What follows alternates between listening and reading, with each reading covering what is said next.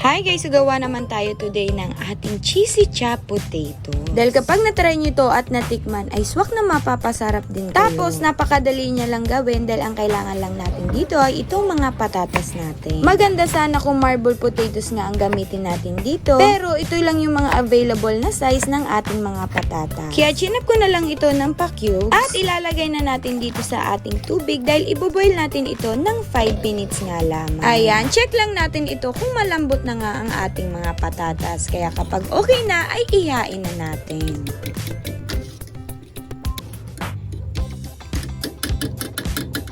Ayan, after nga natin mabuo ang ating mga patatas, ay iprito na din natin ito. Kaya naglagay na din ako dito ng ating mga pampalasa gaya ng asin, pepper, at itong garlic powder lamang. Then, halu-haluin lang natin ito para hindi masunog ang ating mga na-chop na mga patatas.